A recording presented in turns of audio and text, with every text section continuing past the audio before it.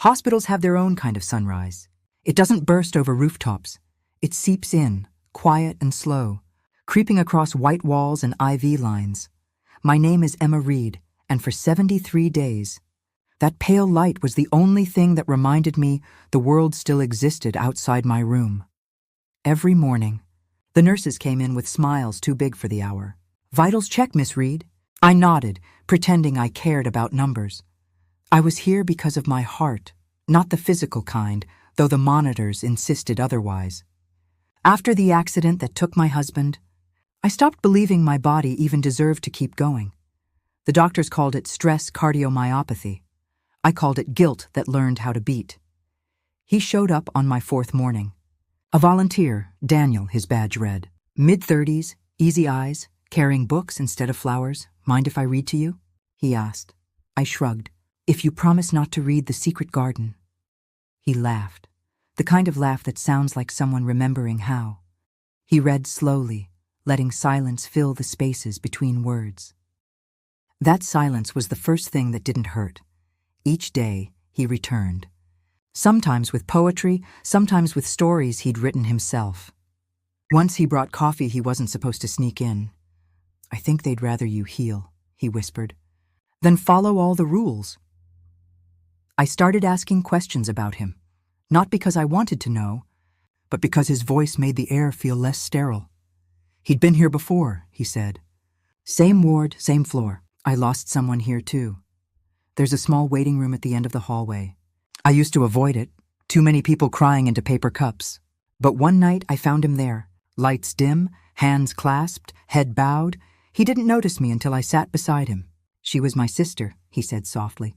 "She donated her heart. I like to think it's still somewhere close. I didn't breathe for a full 5 seconds, because somewhere deep inside my file was a note from the transplant team. Donor, female, age 29. The next morning, I looked at him differently. Every heartbeat in my chest felt like a secret I hadn't meant to keep.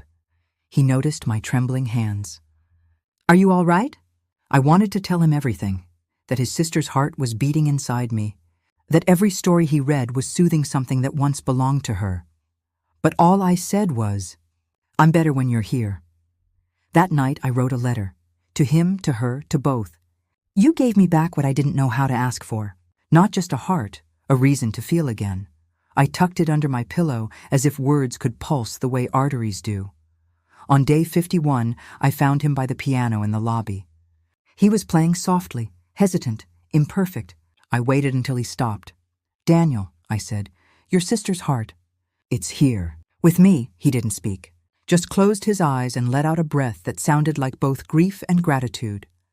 Finally, he whispered, "I knew." Not officially, I just knew. After that, we stopped pretending to be strangers. We shared coffee by the window each morning. Sometimes he'd place his hand over my chest and say, "She always wanted to travel. Now she gets to." And for once, it didn't hurt to laugh. The day I was discharged, the sunrise was gold and full.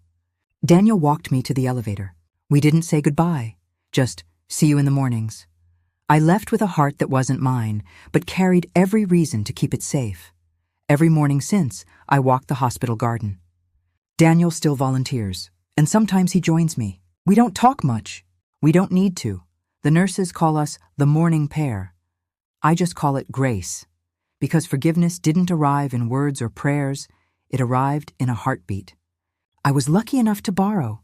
Some people say love ends when a heart stops beating, but I've learned it only changes homes. Sometimes it moves next door. Sometimes it finds you again, quietly on the other side of morning.